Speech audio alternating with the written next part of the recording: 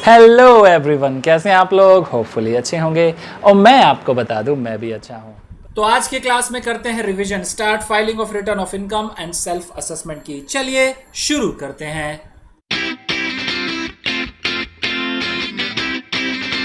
तो सबसे पहले बात करते हैं सेक्शन 139 सब सेक्शन 1 की, जो बात करता है किन असेसीज को रिटर्न ऑफ इनकम फाइल करना है कंपलसरी।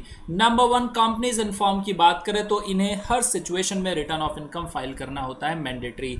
भले ही कंपनी या फर्म को प्रॉफिट हो या लॉस हो, रिटर्न उन्हें फाइल करनी ही करनी है। नेक्स्ट अब बात करते हैं पर्सन की, जो है रेजिडेंट एंड ऑर्डिनरी रेजिडेंट। इस पर्सन के पास है असेट जो है लोकेटेड आउटसाइड इंडिया, या उसके पास है साइनिंग अथॉरिटी किसी अकाउंट की जो है लोकेटेड आउटसाइड इंडिया, तो इस पर्सन को अपनी रिटर्न ऑफ इनकम फाइल करनी होती है। एसेट की डेफिनेशन में लोन है, financial interest in any entity को भी इंक्लूड कर लिया है। चलिए नेक्स्ट अब बात करते हैं इंडिविजुअल्स, एचयूएफ, एओपी और बीओआई एंड एजेपी यानी आर्टिफिशियल जुडिशियल पर्सन की, जिनकी इनकम जो है without giving effect of deduction under chapter 6 A और section 54, section 54 B, section 54 EC और सेक्शन 54 एफ एक्सीड करती है maximum amount not chargeable to tax, तो उस केस में भी इन पर्संस को अपनी रिटर्न फाइल करनी होती है मैंडेटरी। नेक्स्ट अब बात करते हैं उस पर्सन की जो फॉलोइंग कंडीशन में से कोई भी एक कंडीशन को करता है फुलफिल। नंबर 1, वो पर्सन डिपॉजिट कराता है more than ₹1 crore in one or more current accounts maintained with a banking company or a cooperative bank, या वो पर्सन इनकर करता है expenditure more than 2 lakh rupees का अपने ऊपर या किसी अदर पर्सन पर for travel to a foreign country, या वो पर्सन इनकर करता है expenditure more than ₹1 lakh towards consumption of electricity, या वो पर्सन फुलफिल करता है अदर कंडीशन जो प्रिस्क्राइब की गई है रूल्स में। तो सेक्शन यहां पर बात करता है इस पर्सन को भी फाइलिंग ऑफ रिटर्न मैंडेटरी हो जाएगी। नेक्स्ट अब बात करते हैं ड्यू डेट की, तो सिंपल लॉ बात करता है कंपनी के केस में या वो पर्सन जिसके अकाउंट्स ऑडिट होने हैं, या वो वर्किंग पार्टनर जिसकी फर्म का हो रहा है ऑडिट, उनके लिए जो ड्यू डेट होती है वो होती है 30 सितंबर ऑफ द असेसमेंट ईयर। वो पर्सन जिसे रिपोर्ट फर्निश करनी होती है अंडर सेक्शन 92 कैपिटल ई में, उसके लिए ड्यू डेट होती है filing of return of income की 30 नवंबर ऑफ असेसमेंट ईयर। बाकी सभी केसेस में जो filing of return of income की ड्यू डेट होती है वो होती है 31 July of the assessment year. Next is section 234 capital A, जो बात करता है इंटरेस्ट की for default in furnishing return of income.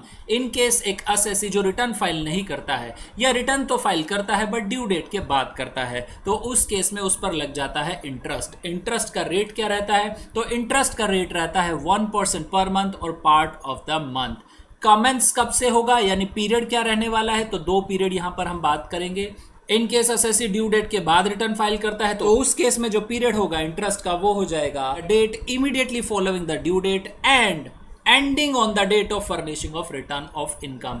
Next अगर असेसी रिटर्न नहीं फर्निश करता तो उस केस में क्या होगा? उस केस में इंटरेस्ट का जो पीरियड रहता है वो रहता है the date immediately following the due date ending on the date of completion of assessment. लेकिन यहां पर एक बात ध्यान हमें रखनी है कि अगर असेसी ने अपने सभी टैक्सेस जो हैं ऑन और before the due date paid कर दिए हैं तो उस केस में सेक्शन 234 कैपिटल ए का इंटरेस्ट लेविएबल नहीं होता। Next is section 234 capital F, जो बात करता है fee for default in furnishing return of income. In case जो असेसी है 139(1) के अकॉर्डिंग जो टाइम लिमिट मेंशन है उसमें रिटर्न फाइल नहीं करता, उसके बाद रिटर्न फाइल करता है, तो उस केस में सेक्शन 234 एफ जो है फी चार्ज किया करता है असेसी से। इन केस असेसी ने रिटर्न फाइल की है ऑन और before 31 December of the assessment year, तो उस केस में फी की जो अमाउंट होती है वो होती है ₹5,000। अगर असेसी रिटर्न फाइल करता है इन एनी अदर केस तो उसमें फी हो जाती है 10,000। बट यहां पर एक बात हमें ध्यान रखनी है कि अगर असेसी की टोटल इनकम 5 लाख तक है तो उस केस में जो फी पेबल होगी हर केस में वो हो जाएगी 1,000 रुपीज मैक्सिमम, इससे ज्यादा नहीं होगी। नेक्स्ट अब बात करते हैं सेक्शन 139 सबसेक्शन 3 की, जो बात करता है रिटर्न ऑफ लॉस। असेसी को जब अपने लॉसेस कैरी फॉरवर्ड करने होते हैं तो उस केस में उसे रिटर्न ऑफ इनकम फाइल करना होता है मैंडेटरी। सेक्शन 139 सबसेक्शन 3 बात करता है कि इन केस असेसी को अगर अपने कैरी फॉरवर्ड करने हैं लॉसेस या सेट ऑफ करना चाहता है अपने लॉसेस तो उस केस में जो 139 सबसेक्शन 1 की ड्यू डेट है, उन ड्यू डेट के अंडर जो है उसे रिटर्न ऑफ लॉस फाइल कर देनी चाहिए, अदरवाइज उसके जो लॉसेज हैं वो कैरी फॉरवर्ड नहीं हो सकते। नेक्स्ट यहाँ पर एक्सेप्शन भी है। एक्सेप्शन की बात करें तो अगर लॉस फ्रॉम हाउस प्रॉपर्टी है या अनएब्जॉर्ब डेप्रिसिएशन है तो उस केस में ये without filing of return of loss भी कैरी फॉरवर्ड या सेट ऑफ किए जा सकते हैं। Next is section 139 subsection 4। In case assessee जो टाइम लिमिट मेंशन है 139 सबसेक्शन 1 की, उस टाइम लिमिट में रिटर्न फाइल नहीं कर पाता तो लॉ जो है उसे कुछ एक्स्ट्रा टाइम दिया करता है कि आप जो है बिलेटेड रिटर्न फाइल कर सकते हैं। तो लॉ मेंशन करता है कि असेसी जो है अपनी बिलेटेड रिटर्न फाइल कर सकता है at any time before the end of the relevant assessment year or completion of the assessment whichever is earlier. Next is section 139 subsection 5 जो बात करता है रिवाइज रिटर्न की। इन केस असेसी से कोई हो जाती है गलती या कोई ओमिशन या कोई रॉन्ग स्टेटमेंट वो रिटर्न में अपनी फाइल कर देता है और बाद में वो सुधारना चाहता है, भले उसने बिलेटेड रिटर्न फाइल की हो या उसने 139 सबसेक्शन 1 के अकॉर्डिंग रिटर्न फाइल की हो, दोनों ही केसेस में वो रिवाइज कर सकता है। टाइम लिमिट क्या रहेगा तो टाइम लिमिट की बात की जाती है at any time before the end of relevant assessment year or completion of assessment whichever is earlier। Section 139(4) और सेक्शन 139(5) की जो टाइम लिमिट है बिल्कुल सेम है। चलिए नेक्स्ट अब बात करते हैं सेक्शन 139 कैपिटल ए की, जो बात करता है पैन की, परमानेंट अकाउंट नंबर। जैसे कि हमने रेगुलर क्लासेस में भी देखा था कि जो पैन होता है वो मैंडेटरी होता है सभी डॉक्यूमेंट्स में मेंशन करना। कुछ एग्जांपल की बात करें, जैसे कि जो रिटर्न फाइल की जाती है या कोई भी ट्रांजैक्शन हो रही है इनकम टैक्स अथॉरिटी के साथ, उसमें भी पैन मेंशन किया जाता है।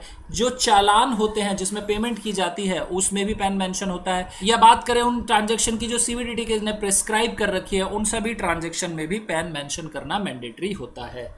स्टूडेंट जो है रेगुलर बैच की क्लास यहाँ पर देख सकते हैं, वहां पर हमने डिटेल में डिस्कस किया था कि पैन कहां पर मेंशन किया जाता है। Next, interchangeability of pan with the Aadhaar number.